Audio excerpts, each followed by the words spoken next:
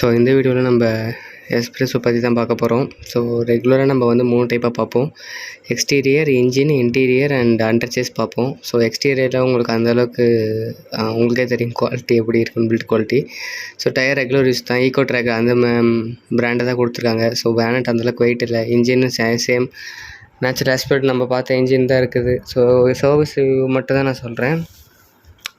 டோரும் அந்தளவுக்கு திக்னஸ்ஸு உள்ளே கொடுத்துருந்துருக்கலாம், plastic improve பண்ணியிருந்துருக்கலாம்.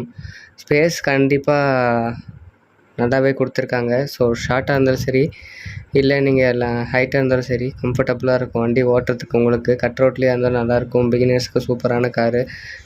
And exterior boot ஸ்பேஸும் நல்லா தான் இருக்குது. அண்டு இங்கே சுவிட்சஸ் வந்து இண்டிவிஜுவலாக கொடுத்துருப்பாங்க, உங்களுக்கு பார்த்தாலும் தெரியும். ஸோ டோர் பேட் பார்த்திங்கன்னா கண்டிப்பாக இந்த ஜிம்னியில் வர டைப் மாதிரி தான் தெரியுது. ஸோ டேஷ்போர்ட் குவாலிட்டியும் ஓரளவுக்கு இருக்குது, பட் இன்னும் கொஞ்சம் இம்ப்ரூவ் பண்ணியிருந்துக்கலாம் இந்த ப்ரைஸ் செக்மெண்ட்டில். ஸோ நான் 5 ஃபுட்டு, எனக்கு கொஞ்சம் கம்ஃபர்ட்டாக இருக்குன்னா கண்டிப்பாக ஹைட்டாக இருக்கிறவங்களுக்கு கம்ஃபர்ட்டாக இருக்கும். பட் என்னென்னா எனக்கு ஒரு நோட்டீஸ் பண்ணது, கொஞ்சம் ஹைட்டாக இருக்கிறவங்களுக்கு இது டின் கேன்குள்ளே இருக்கிற மாதிரி கண்டிப்பாக ஃபீல் ஆகும்.